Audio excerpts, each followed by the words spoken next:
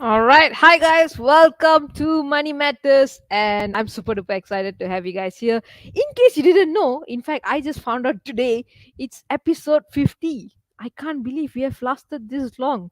So, 50 different episodes with so many different guest speakers. I think some of the episodes where I shared my personal experiences, we have had guest speakers who shared about some of their biggest money mistakes, some of their biggest lessons, how they have applied those lessons and have improved in their financial health, and so many amazing stories. I think we have laughed out loud in so many of those episodes. Sometimes we were shocked to hear some of the things that the speaker shared, but I think at the end of the day we achieved what we wanted to, which is we all got to learn something new from each other's experiences. I think that's what we aim to do here in the show.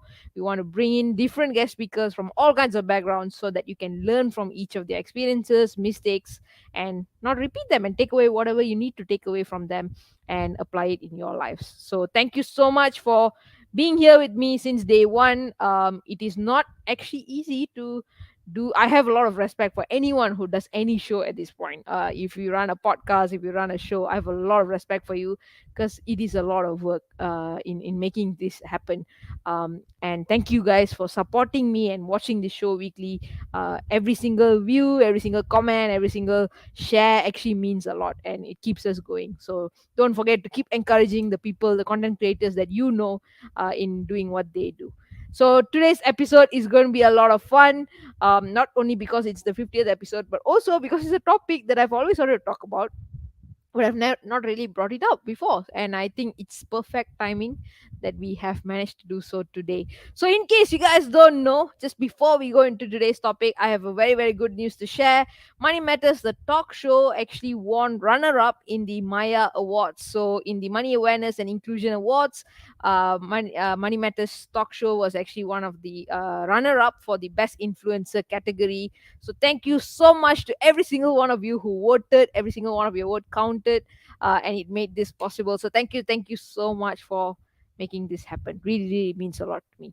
So jumping right into today's topic. Today's topic is known as property equals to prosperity question mark. I know it's one of those funny topics that we like to do, but I love this. Properties, everyone that I know has talked about properties, and everyone feels there's a lot of people who know, who view property as one of the safest investments to go into. Since I was a kid, I've heard people that you must have a property, at least one property must be under your name. I know people who like to buy properties because then you can sell it and make a huge amounts of money just like that. And that's the kind of things I used to hear when I was a kid, right? And I always thought it was one of the best investments to go into, not knowing what are the things that takes place when you invest in a property. uh, a lot of people do this. I know a lot of young adults right now who are my friends who have bought a property or placed the booking fee, and they happily come and share with me that, hey, I've bought my first house, this is amazing. And then they find out like 10 other things about the property and the house loan and all those stuff, and then they go like, oh, I did not know this was going to take place. So it's something that not many people talk about, and I feel a lot of people should be talking about this, and it's very, very important, especially if you're someone who has always wanted to go into this. It is very, very important that you listen to today's episode, because there's a lot of things that the guest speaker will be sharing that you can take away from, small details that you can pay attention to. And when you actually buy your first property, you can watch out for all of these things. So speaking of that, our guest speaker today is none other than Lin Chan. Lin is the change and engage specialist at an MNC. But other than that, I think the way I know her, she's an etitis associate. Lin has been a huge supporter of Ascendance since the day she knew us, and it has been an honor to work alongside her on all the different projects that we have. In fact, I was just having lunch with her today, and it was so much of fun. I don't think I've laughed and shared so much in such a long time, and it was really, really fun to do that. So she has a lot of amazing experiences with regards to this topic, which is why we are having this discussion today. And I can assure you, all of you will be mind blown with the amount of things that you can learn from today's episode. So without further ado, let me welcome Lynn on screen. Hi, Thank Lynn. Hi, are we online? Hello, hello. Just kidding. Hi, Madura. Are you there, Lynn? I can't see you now. Just kidding. How are you First of feeling? all, congratulations on your recent nomination for your Money Matters. Ah, Amazing thank job. you, thank you, thank you. That means a lot. How are you feeling? Are you excited for today's show? I was until you said your dad was coming, so now I feel all the pressure. This is my dad. Oh my god. Yeah, but I'm really honored to have this opportunity. I just hope I don't, lead some people to Sesat Jalan to just share whatever I learned over my experience. But thank you for so much for having me on your show. Yes, I think anyone who watches Money Matters shows, you guys know we don't give out investment advice or we don't tell you guys what to do. We just share our stories, and it is up to you as to what you want to take away from it. So that's a disclaimer in case any of you do take this seriously and want to do something about it. So yeah, okay. I think Lynn, before we go into the whole topic of properties and all of that, maybe just a little bit of intro on actually how did you view money in your life? How do you view the topic money and finance in your life? Wow. Okay. I used to be very minded as a little kid, which I didn't realize until my dad told me, like, why are you so money minded? Because everything that my dad would ask me to do, it's like, he was like, Lynn, can you pass me the pencil from the table? Sure, 10 cents. Can you go and pick up the shirt? Sure, $1. I've actually forgotten about this, but so having lunch with you today triggered all these childhood memories that I had, mainly my dad, because my dad was an accountant. So he was a Yep. big influence on how I thought about money.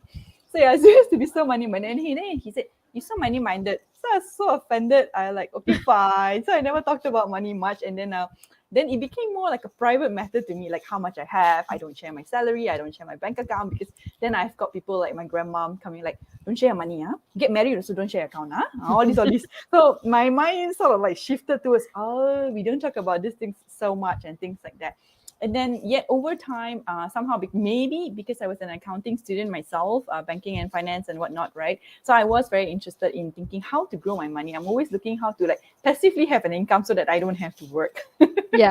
Yeah. So I was looking into that very much and all that. So I would say, I mean, I do have a relatively okay relationship with money in that sense, or rather, that's my view of money. I have it, great. I don't have it, I better have do something about it. That's like, because like if you hold on too much to it, I don't know how to explain to you. It gives you a very difficult mindset. You can't even enjoy yourself. So money is meant to be spent. So that's something I developed over time. Like, okay, I have money to spend it. Don't keep like everything. You know what they say, right? You pass away, so it's not like you can take it with you. You might as well Yeah. spend. Somewhere along the life, I figured this out. So I'm like, so I have like a fun relationship with money now. You know, when I have it, I spend it. If I need to save, I save. It's something like that.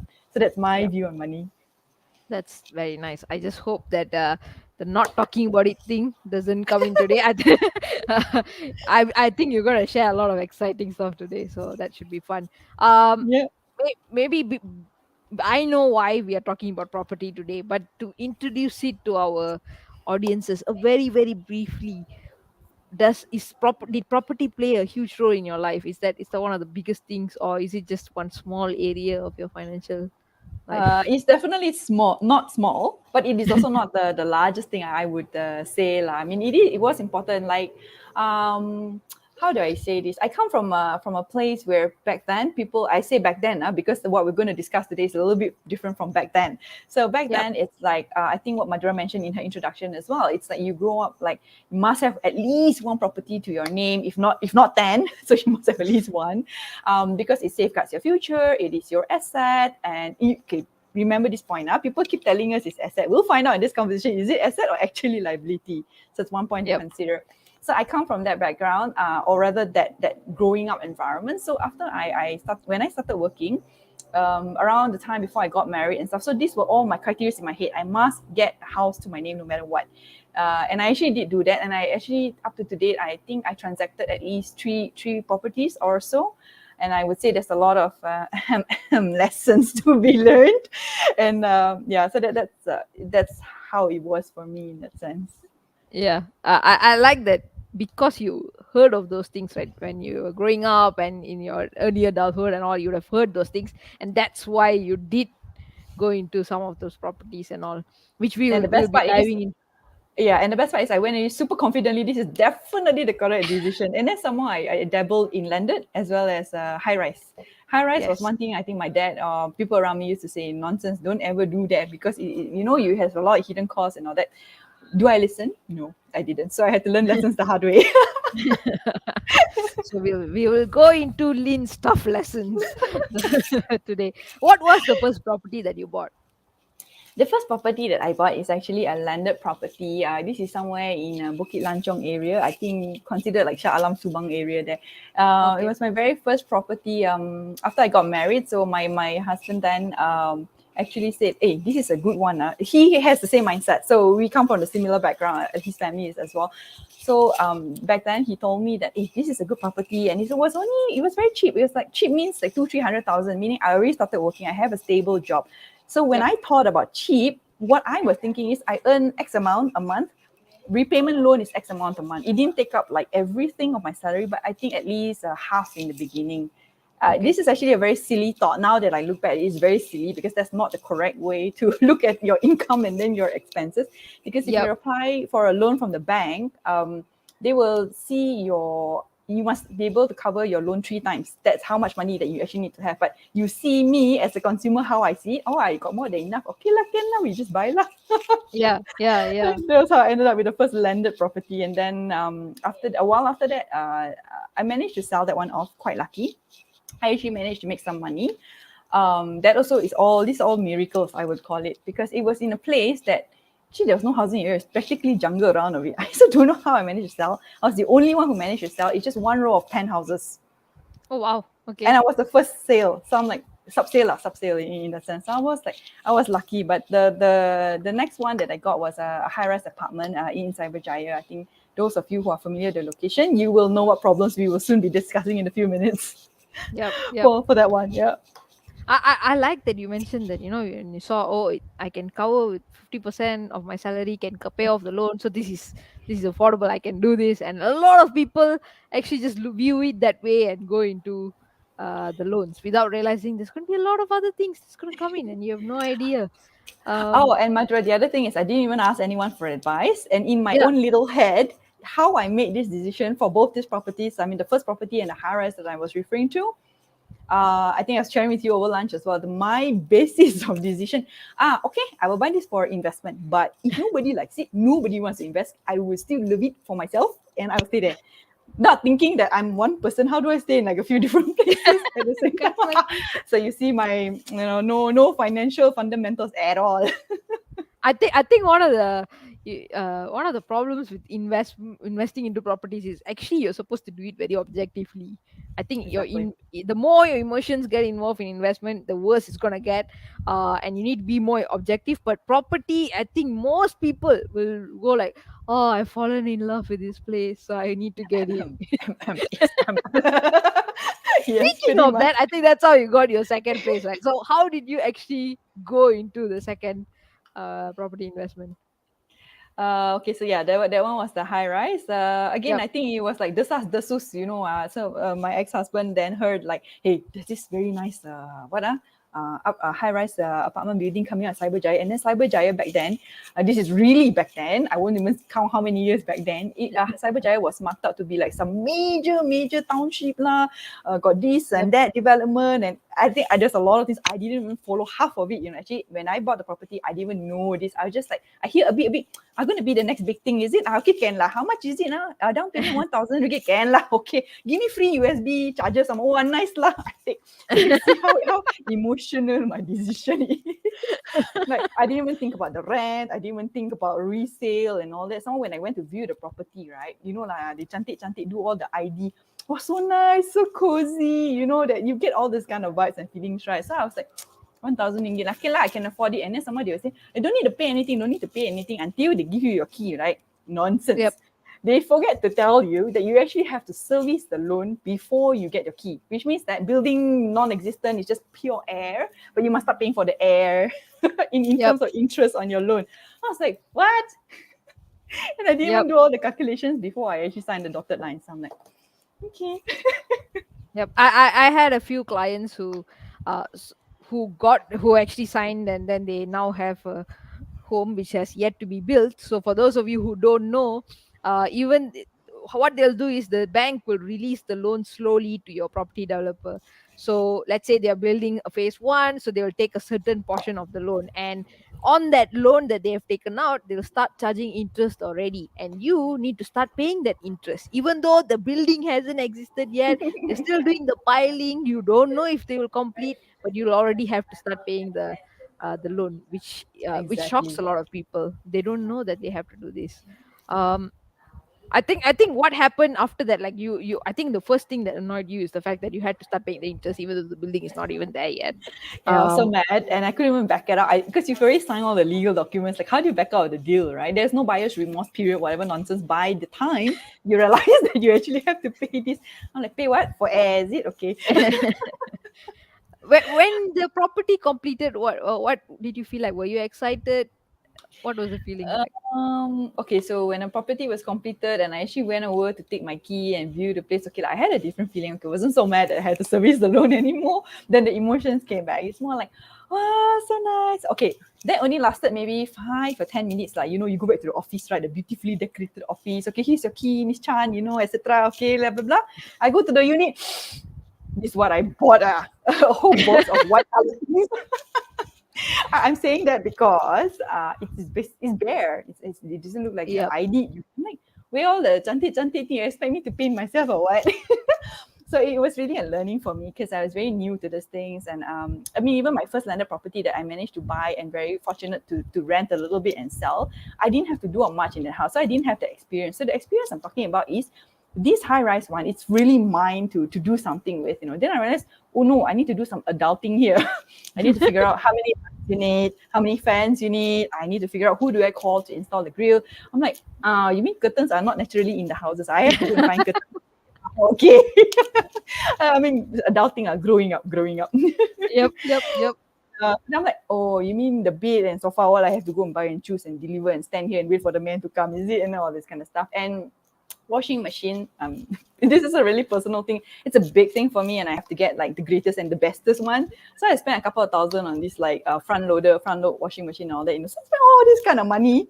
Like, come. How am I going to rent a house? It doesn't even make sense. Yep. Because Yep. I Yep. work into account how much I can rent the house out for. I was decorating it and spending money as if I'm the one who's going to live. That actually this is every renter's dream. Okay, you live in a house that you feel like it's your own. From that perspective, it's very good. From a financial perspective, I think it's a completely different story. I think a lot of people do overlook that, right? When they before the signing the documents, it's not real yet. You don't feel it yet. It's just zeros in a paper, and you're like, oh, fine, whatever. Until you Theoretical. start like fixing the light, and you're like, do I have to pay so much for the light? Why do I have to pay so much for this table? Do I really need this? And then you start spending a lot more. In your experience, like, did you expect how much was like the renovation and all? Did you expect it would come up to that level? Okay, don't scold me, Madura. I know you're very super accountant. I didn't even do budgeting. I don't know where to hide my face now, but I didn't even do budgeting. So, but I was quite thankful because for a house like that, I think I spent something like 4-5 thousand in expenses. I mean, it grew over the years because of other Yep. things, but I think 4-5 thousand. No, sorry, I think I'm saying it wrong. I think I spent 12,000 in expenses because bedroom set itself, what, 3-4 thousand, sofa set, TV, Yep. my expensive, very beautiful washing machine that I didn't even get to use much. So Front loader. exactly. Sorry, it's the personal thing. I really love that one. So yeah. So it came out to about 12,000, and I think I didn't budget it at all in the first place. I spent as though like no tomorrow, money will drop from sky like that. So Yep. I mean, I was enjoying the process. I mean, as a first time buyer and properly and all that, I really enjoyed myself lah. But looking back, I think this topic today is really more about the financial aspects of it. So Yep. 12,000 furnishing it. What I think the rental is only about 1,000 plus a month. So 1,000 plus, it takes me a whole year just to cover my expenses. I haven't even serviced my loan, haven't even repaid capital. So the list goes on, and there are other hidden costs as I was sharing with you, Madura. Do I talk about that now? Maybe. I think before we go into that, like, Okay. one of the things for me, right, I always felt like I read the Rich Dad Poor Dad book, Hmm. and I think the one thing that I kept getting from that book is like, you whatever, if you want to buy an asset, you get. I mean, if ever you take up a liability, your asset should be paying for it. in the sense that, let's Yes, say you yes. decide to take a mortgage, the rental you get from the property or the house should pay for the loan, so you don't spend an additional amount of money. And I was like, oh my god, this is brilliant. And that's what most people will think about when they read all these books, like, oh my god, this is so brilliant, I definitely will do that. And I know a lot of people go into this kind of, buying their first property and all because they think it's going to happen that way. They're going to get a house, they're going to find this tenant, they're going to be making enough money from that to cover all the expenses, and 30 years later they're going to have this beautiful house that they can retire at. I think that's what a lot of people think about. Did you have this kind of like view? Is that why you went into property, and did that actually happen? Yes, I think you've just described me. Like so terasa, yeah, that's so me. I thought exactly 110% that I didn't read that book yet, but somehow this mindset was groomed into me over time, Yeah. whether it's the school or the uni or my family, whatever. But that exact mindset you talked about, it's exactly me. So I'm like, okay, I need to buy one house. And then I realized I sold the house, so now I need another property. So that kind of played into it. And then when it comes to renting, I thought like, do I need to know anything official? Then I thought, no, the whole was doing it. Everybody's just buying and renting. Let's just do that. That kind of thing. So I exactly thought that whatever rent I could get would actually match off the monthly installment to the bank. So, but Yep. there are a few different hits there, you see, because I didn't really study the rental market. I mean, I did ask around a little bit, but it is too varied, okay? Because like Cyberjaya, it's really overpopulated with properties. So you've got something like 600 ringgit to a couple of thousands. I don't know where my property that I bought once built, where actually it's going to fall into. Yeah. Yeah. So I didn't have a good point of assessment. That's number one. And number two, housing loans or this kind of loans is moving. It's not fixed. Like, for example, you have pandemics, right? So they adjusted. Thankfully, they adjusted down. But there were times when the interest rate were going up. So from paying 1,000, it went up to 1,001 to 1,002. It hikes up slowly, quietly over the years. That is something that Yep. I didn't factor in as well. And the most painful point, not say most painful, for me it's still acceptable, but I remember growing up, there were people who told me, whatever you want to do, you want to invest in properties, can, but landed, not high rise. So I was stubborn because I saw the property so beautiful, swimming pool, facilities and all. You don't have this in landed, right? Not the Yep. landed those days, landed nowadays got. But I was so attracted by that. I've forgotten about this maintenance thing. Maintenance fees for them to keep the trees nice, to sweep the floor, to maintain the pool. So it is based on your square feet, right? And the price of your property and stuff like that. So you see, I was a bit silly in that sense because I was so new to it. Like the rental was only, let's say, about 1,002. I was paying about 1,001. So tell me, where this 200, 300 ringgit of maintenance supposed to come from? My savings? So that was one mistake already by itself. Yep. Yep. Yep. And Mm. I think many of us don't think about all those things. The fact that you may think, I think one of the things that you mentioned, which I thought was very very cool, when you are buying the house, this area looks in a certain way, the location looks a certain way. Yeah. By the time that house is built, you have no idea what's going to be there. So you actually need to do like research way ahead as to what is going to be in surrounding area. Are there any other properties coming up? Is there going to be a huge factory right in front of your property that is going to make nobody want to live in that place? And Yeah. most people don't think about it. And I was like, wow, I had never thought Mm. about Correct. But Madhura, exactly what you say is correct. But just want to share a little bit of my experience. It can work the other way as well. So you it. do the Okay. same research, okay? You do the same research, right? And then so you make sure there's no building, blah, blah, blah, is going to be around your area that will bring everything down. So instead, what my research found at the time, oh, you're going to have park and ride. You're going to have this and that, the ones that will attract people. You're going to have this and these food eateries and blah, blah. So I'll definitely think, oh, sure, a lot of people will come stay. So my research proved it the other way, Backfire. but backfire in a sense lah. And then I was like, okay, this is quite good. But I realized, okay, one more thing is, even though you would calculate your cost, expenses, everything, and then you come up with an ideal rental rate, right? We have forgotten, or I have forgotten one thing. Who says your tenant agrees with your rate? Good point. You The know, you can do market the chooses most which has beautiful the chart. final say, right? Exactly.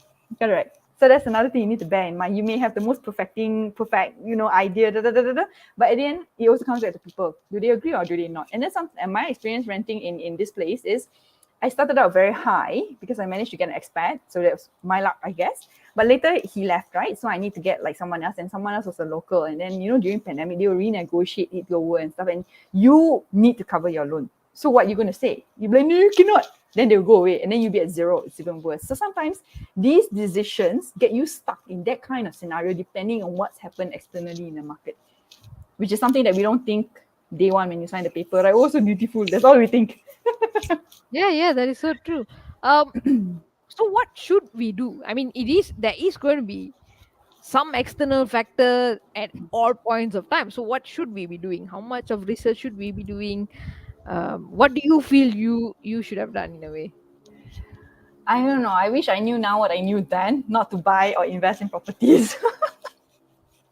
Because I mean, over time, I mean, investing in properties is one way to make an income and stuff like that. But I think as I hang out more with like the Gen Z, like yourself and other people nowadays, and our mentor shares with us, it's like if you want the flexibility to move, it's better not to tie yourself down to a property. I think I would go for this rather than advising you. Okay, I mean, you can find a lot of this on Google. Like before you buy a property, what you check everything. But you can never be really sure. I mean, who knew about COVID, right? I mean, Yep. that's the biggest thing in our face. See, there's nothing that's very predictable. So in hindsight or taking that into account, why not remain as flexible as possible? Yep. Find other means to get the income. I mean, property may be a good way, but you need to know the market. And this was a lot of things were back then when things were more stable, loans and interest rates were a bit more predictable to a certain extent. But I don't think we have that anymore. The landscape has changed. Yep. So I think we need to Yep. change along with the landscape. And it is very unconventional. It is also very scary, especially for people who come from a belief that I need to have a property because it's a security, it's an asset. And I think by now you figure out an asset is not a true asset because you're actually servicing loan. Yep. So that there Yeah. is a lot more other costs that may come in, and it may not be an asset anymore unless buying and selling houses is your whatever your heart says. Like I think that if you're meant to do that and that makes you so Correct. happy, then I think you should go ahead. But actually being a landlord and having a property and managing it is a lot of work. There's going to be so many things. If you don't like it, don't do it in a way, right? Correct. And there are also more costs along the way that I also didn't know about. I think, example, we were discussing earlier, right? So from the master title, like when you buy any high rise, the title of the whole place actually belongs to the developer. So they call it master title lah. So let's say Yep. contractor A lah. So you will always be under contractor A. Until they finish everything, they will transfer from contractor A to each and every single unit owner. Yep. That one, that one, the cost just knocked the socks off me. It's like lawyer fees itself 5 digit already. Somehow managed to negotiate to 4 digit. Okay, fine. Then after that, conveniently, I didn't even know. Oh, still must pay stamp duty. Somehow stamp duty not 1-2 ringgit. It is a percentage of your I think S&P buying price or something. So another 4 digit. 4 digit becomes like 5 digit. I'm like, where I want to find this 5 digit now? Why nobody tell me this in the beginning? And this is after 5 to 7 years, Madura. Not like the first 2 years, you know. It's after the things settle because they also got a lot of paperwork on their end. So they need to settle before we can settle. So by the time we get hit with the cost, it's about 5 to 7 years down the road. Wow. So if you're someone like me, I mean, you're not prepared, but I could afford it. Fortunately, I'm very blessed because I had savings. But for someone who doesn't have savings, who lives on a month-to-month thing, oh my gosh, I don't know what you're going to do. You're just going to, Yeah. how? You're going to hang, is it? Because already 5-7 years, you're holding property. You can't say you don't want. I don't know how you say no to this. So yeah, so that's one thing that you keep in mind. Hidden costs, Yep. I would say. Yeah. I think many of us don't read through the details, or like just sometimes all you have to do is talk to somebody who has had that similar kind of property or anything like that. But most of us won't have those conversations. To be honest, even I probably would be scared if not for money matters. Like I find out a lot of things because I interview people here, but we don't have those Correct. conversations. How about the selling part of it? What was the experience like? Did you sell because you were gonna like make a lot of money and you got the best price ever? What was your experience like? um. Okay, so coming to selling, so far I've out of 3 properties, I sold 2. I have not sold this high-rise one, so I don't know what other surprises are sitting for me in there. I really hope not much more already. But my first Yeah. property wasn't so dramatic. I'm also not sure how I managed to sell it, but I managed to sell it at double the price. So these are the kind of ideal situations which reinforces people's belief that you just buy at a very low price. You just wait for the market to turn about 5 years. This provided you can hold. If those people who have no holding power, you cannot adopt this strategy. So then my first property, I was very blessed in the sense, okay, I bought it for 200 over thousand. I held it for about 5 to 7 years. And I didn't manage to rent it the whole time. There's just somewhere in between I managed to rent it. That also for measly 700. Can you imagine? For a landed house. That's how not great my financial decisions were in terms of property. But in the end, I managed to sell it for 400 over thousand. But my Okay. net profit, by the way, is not 200,000, guys. You still got a lot of taxes to Yeah, yeah, pay, all the other, lawyers to yeah, yeah. pay, But I left like don't know how many percent. I'm like, okay lah, cukup makan can lah. So that was my first experience selling it in less hassle. Quite okay lah. It's a very pleasant experience, and I earned money from it, so I'm quite happy. That gave Yep. me the confidence to move on to other properties, which landed me out with the high rise. And then for personal reasons, I also got another landed house. But that landed house, I bought it more to stay for myself. So this one, the story here is a little bit different. Meaning I bought the house on loan. Basically, I just calculate, okay, based on my salary, I can pay. So I still had the same mindset. I still have balance, means I can buy the house. And then it was really a personal baby project for me. It meant a lot to me. So I used EPF to renovate the house as to my liking. However, my personal circumstances changed within 2 years of this project. Everything settled like, I bought the house, I renovated the house, I thought I was going to stay there like forever. My neighbors also thought I was going to stay there forever already with the amount of work I did in the house. Yeah, and, yeah. and the price that I was willing to pay for the house was also quite significant, because this is a settlement, a neighborhood that's at least 12 to 15 years old. So that's how old the house I bought, It means what? It means that the original owner actually bought it at like something 300,000-400,000. Can you imagine how much he made? Because I paid something like 700,000. And that is the current market price, So I bought the house, I did all the renovation, and then so on paper I would spend close to like 800,000-900,000 really, plus everything, then furniture and putting lights and beds and sofas and Yep. TVs. These things cost money, guys. I mean, you guys a lot. Yeah, If you a lot. spending. So like when you're living with your parents, it's like everything is flick Yes. finger. They got, here got, all got. Now when you're going on your own, it's different. Like you feel the pinch, but I enjoyed it because it's my choices and things like that. So fine. However, like I said, my circumstances changed. I choose to move out, so it means I have to sell a house, right? Yep. So tell me exactly who's going to pay $900,000 for a house that I just bought at 700,000 in the last 2 years.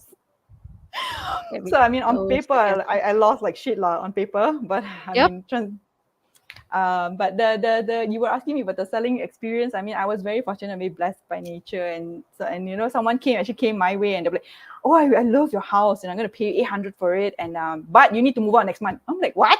Well, how do I find a place to live in 1 month?" And I'm like, and financially, I was freaking out. I'm like, it's completely loss of money in that sense, Yep. But yeah, so it's still very blessed because I sold the house above market price during the pandemic. How many people can do that? Yep. So I'm like, okay lah, no complaints lah, let's go. So that was my selling experiences so far. But you still have to pay money. I was so annoyed when I sold because then the lawyer said we still have to charge you about 2,000-3,000. I'm like, what for?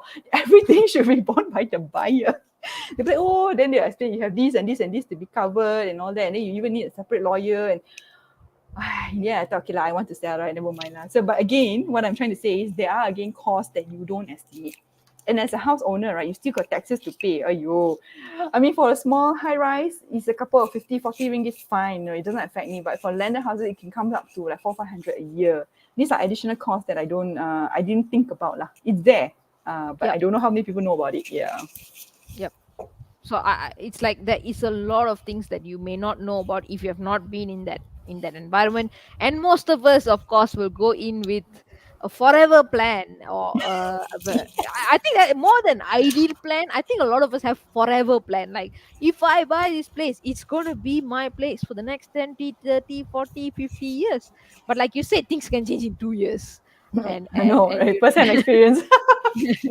So like even taking a loan on like cars and all, I think many of us get very excited, like, great, I'm gonna get this. Like, I know I wanted to get a car, I was super excited, and I didn't really think about, am I gonna have the capacity to be able to pay this? I didn't think about what if I lose my job. I didn't think about any of those. I just went like, brilliant, I'm gonna buy my car. I've reached a milestone in life, and that's all I cared about. And then, so Madura, how did you feel when you had to service your car? This is the first question on my head. I know. Right, Okay, so right. I was like, why? Why do I have to pay so much? This is ridiculous. And then like, why is the car service so expensive? And then simple things like, one of the stupid things I did when I got my first car is I kept getting into accidents, like miraculously a lot of accidents. Why? And I was like, why? Right, exactly, right. And it's not like I was maybe I was careless, but sometimes it's just pure bad luck. Like something will come and then you are in an accident already. And I was like, why do I have to pay the police now for make? If you were the Yes. one who made the mistake, you have to pay someone fines to the police. And then if let's say your insurance doesn't cover it, you have to now pay the car manufacturer or service person, and all kinds of issues. I was like, And you this have is to pay getting for the person that you hit as well. Touch wood. I mean, if yes. it is another car, gone. Die lah. Exactly, die. So it's like, wow, so many things that are unexpectedly comes up. So I think one of the most important things I learned, and even in your story, I think what I learned is, don't let the emotion part make a decision that will affect you for the next 10 years. If it affects you for now, it's okay. But if it's going beyond a year, really, really think about it. Really, really be objective when you make those decisions. What is Correct. your biggest takeaway though, Lin, in this whole property up and down? Yours is like you made money, then you lost money, then that's okay, good, still a good deal. It's okay. Yeah, I spent so much money. It's like a roller coaster ride. What was Is your it? biggest takeaway? Um, this is also something I actually wanted to ask you what you thought about it as well. Okay, this is going to make me sound like a dinosaur, but I used to be very, very against the idea when someone said, rent a house lah. And now the latest thing, your car story 2 seconds ago just reminded me, yeah, you can do the same thing to the house. Actually, the car and house thing, actually it's the same thing. It's just how big Yep. or how small the commitment is. Either a couple 100,000, almost a million, or a low 100,000 because it's a car, right? But I realize it's the same on both topics, meaning when I talk about rental, I tell you last time, people say just rent first lah, it's okay. No, cannot. It's not my house. I cannot knock the window. I cannot break this. I cannot pay in there. And then even if I do, then I leave. Then it goes to someone else. You know, these selfish thoughts. Yep. So Yep. I was Yep. I was very adamant against, and I'm very against this kind of stuff. And I just feel a lot of it is to do with exclusive attachment. If you get what I mean, it's like mine. You know, I got somewhere to come back to. Yeah. Same thing with the car. The car is like, at the minute I want, it must be available. Don't ask me Grab, Uber nonsense, or I must stand there and wait under the hot sun. So I was very princessy, if I may say, in my thinking, right? Yep. So, but nowadays, I've lived that, I've experienced that, and I also mix around a lot with the younger generations and then our very forward-thinking mentors as well. So they're saying this is the way of the future, meaning you rent a house, you don't commit much, you just move within a year lah, whenever your thing is out. And the best attractive part, that one for me is today I want to stay Malaysia, stay Malaysia. Tomorrow I want to go America, bye bye, I go America, do renting all. And then, I've got big dreams. Like, I love Range Rovers. Come on, it's like, oh, have you seen the Range Rover Evo? And then nowadays, there's like even better and better ranges. I keep just like salivating when I see Range Rovers. Then I keep saying, can I buy it? 500,000. I'm sure if I set my angle, I can do it. But correct me that way. So from our conversation, the takeaway is nonsense. Why commit yourself to this kind of thing again? So that's my takeaway. My lessons are this big. So much so that from my very hard set mindset, I'm now able to change. I'm like, just go and rent a Range Rover lah. Then I can drive like tomorrow. I don't like this color, I change color. So now I'm like, wow, I can experience the whole world. I can experience all kinds of car without having to afford it in that Yep. sense. You know what I mean? So to me, it's the biggest change in mindset. That's my takeaway and my approach to things nowadays. So very different. And my sister will call me a hypocrite. I don't know if she's watching. I think she's not because she's probably still sleeping in London. But she calls me a hypocrite because of me. She went and buy a big house in London. I'm like, oh no. That problem we solve later lah. But yeah. Yes. Yes. Later. That was a Yeah, long but time ago, not now. Change has taken place. correct. So yeah, so this is how I see things now, having experienced it firsthand. Getting all the knocks and stuff like what you say. Like, it's a roller coaster, and I think it's a roller coaster we can do without, with so many more things to focus in the world.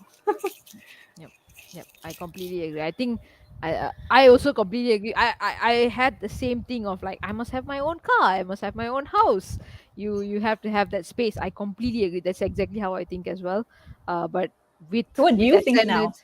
Ascendance, I've been experiencing the whole rental thing, and I'm like, after after about 2 years, about 2.5 years, I'm like, you know what? It would be even better if I can change in a year. Like, I change house in a year, it'd be even more better. So it's like I can see myself seeing the benefits of having that flexibility. One day Mm. I would love to, live in a different country every 6 months. I would love to be doing that. And I can't possibly have a property lying in KL. Every time the pipe break down, the guy will call me and say, come and fix it for me. I don't want to go through Oh, that. that sucks. Yes, exactly. I so pity the landlords because the place I'm actually renting right now. So yeah, every time there's a big thing, I'm like, hello, hello. I mean, for me Yep, as a renter, it's nice to call the landlord, but I also feel bad because I've been in his shoes before. Oh, it's tough. yep, We don't want to go there anymore, Madura. yep. So I think for everyone who's watching, today most of the property talks you'll go to lah, they'll tell Mm. you this is how you're gonna make money. This is how you can. If you saw our talk show today, we just told you everything that can possibly go wrong. And also some of the good stuff. But I think why I wanted to talk about it today, especially with Lynn, is because you get to see something different. You get to see the ups and downs of property, but also that you can choose not to go into that line at all. There's a lot of other investments to go into, and a completely different lifestyle that suits the future, like Dean said. And you can choose to opt to go for that kind of things. And I hope we encouraged you guys to change and rethink your beliefs a little bit. Any last messages for our audiences, Lynn?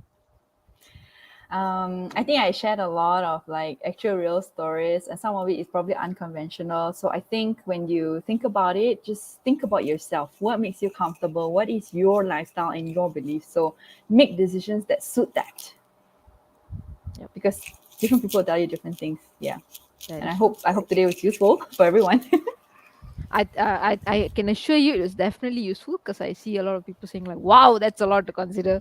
And then thank you, Lynn, for all this information. So yes, I have to say thank you so much, Lynn, for coming on the show. I had a lot of fun Hey, me doing too, this. Madura. Thank you for the opportunity. Really appreciate it. Yes, all right, okay. We hope to see you in the future episodes. For now, I'll say bye. Okay, thank you, Madura. Thank you, Bye bye. everyone. So yeah, that was Money Matters, guys. I don't know about you guys. I had a lot of fun. I did not. I think many of us don't know a lot of these small details with regards to property. We don't know the pains that people, landlords go through if you have a property and all kinds of things. I just hope it opened up your mind. If you know somebody, go and have a conversation with them. Find out the truth, the not so nice parts, because a lot of people talk about the nice parts about any kind of investment, not just property. Every investor or anything, they will tell you all the nice stuff, but they may not tell you the pain and the hardships that they go through in that journey itself. So find out the truth and use that, and then decide whether you want to go through that or not. And if this is what you like to do, property is something that you're so passionate about, I wish you all the best. I'm sure you guys would be having a lot of fun going through that process, and I hope you enjoy it as well. So more comments on thanking Lynn. Thank you so much, guys, for watching today's episode. I think many of you will agree today's episode was very, very good. So share the link if you have that friend, that cousin, that auntie, or the neighbor who is thinking of buying a property and they have no idea what they're talking about. Take this link, click share, and then send it to them immediately now on WhatsApp, and tell them to watch this before they make any decisions. And maybe they might rethink and change their mind. And thank you so much once again for watching this show. I hope you guys continue joining us. We won't be having an episode next week, but we will be back on 18th and 19th of June, because if you guys don't know, Ascendance is having their next 24-hour live stream on 18th and 19th of June. And as always, Money Matters is going to be a part of it. This episode is going to be really, really fun, because we're going to be featuring some of the youngsters from Ascendance, and they're going to be sharing about their finance experiences. So it's going to be a lot of fun. I hope to see you guys at the 24-hour live stream. Thank you so much once again for supporting the show, and have a nice Sunday.